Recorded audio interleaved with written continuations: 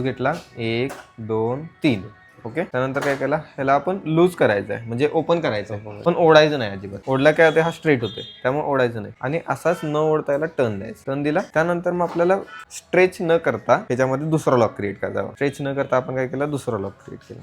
हा काय झाला आपला दुसरा लॉक. आता हा लॉक इथं प्रेझेंट आहे, हा आता दुसरा लॉक झाला. हा पण आपण पॉज केला, ठीक आहे. परत हा पण ओपन केला विदाउट स्ट्रेचिंग, न ओढता. परत हा आपण तिसरा लॉक क्रिएट करणार आता आणि खाली थोडंसं ओढणार, ठीक आहे. प्रत्येक वेळेला जर आपण लॉक क्रिएट केला आणि त्याला ओढला तर तो काय होते, प्लेन होते. नंतर तुम्ही हेअर ओपन ज्यावेळी करणार त्यावेळेला तुम्हाला पॅटर्न दिसणार नाही, स्मूथ दिसणार, हेअर एकदम स्ट्रेट दिसणार. आता हा तिसरा लॉक पण क्रिएट झाला. आता आपण काय करणार, याला स्ट्रेच करून सोडून देणार खाली.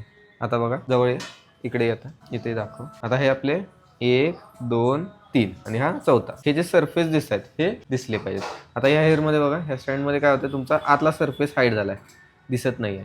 हा दिसला पाहिजे, हा विजिबल झाला. याचा अर्थ तुम्ही ज्यावेळी ओपन करणार आहे त्यावेळी तुम्हाला ते पॅटर्न्स विजिबल होणार आहेत. आता ह्या हेअरमध्ये तुम्ही ओपन कराल ना त्यावेळेला हा हेअर काय होईल, स्ट्रेट दिसेल पूर्ण. आणि हा हेअर आपण ओपन केला तर काय होणार, त्याच्यामध्ये पॅटर्न दिसणार. कसा झाला बघा, हा जो पॅटर्न आहे ना हा तुम्हाला ओपन झाल्यानंतर प्रॉपरली विजिबल होत आहे.